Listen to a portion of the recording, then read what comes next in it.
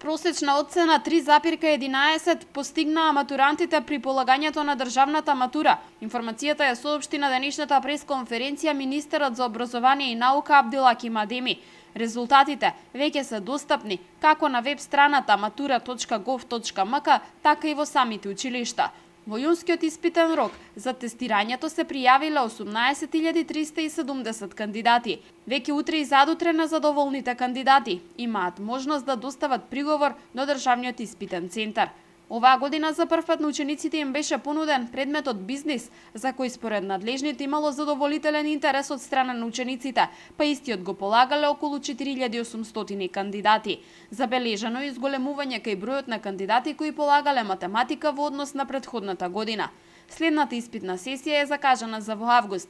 На 11 август ќе се полага мајчин јазик и литература, а на 13 странски јазик. На 14 август пријавените ученици полагаат математика, естетика и филозофија, додека на 16 август се полага биологија, хемија, физика, историја и бизнис.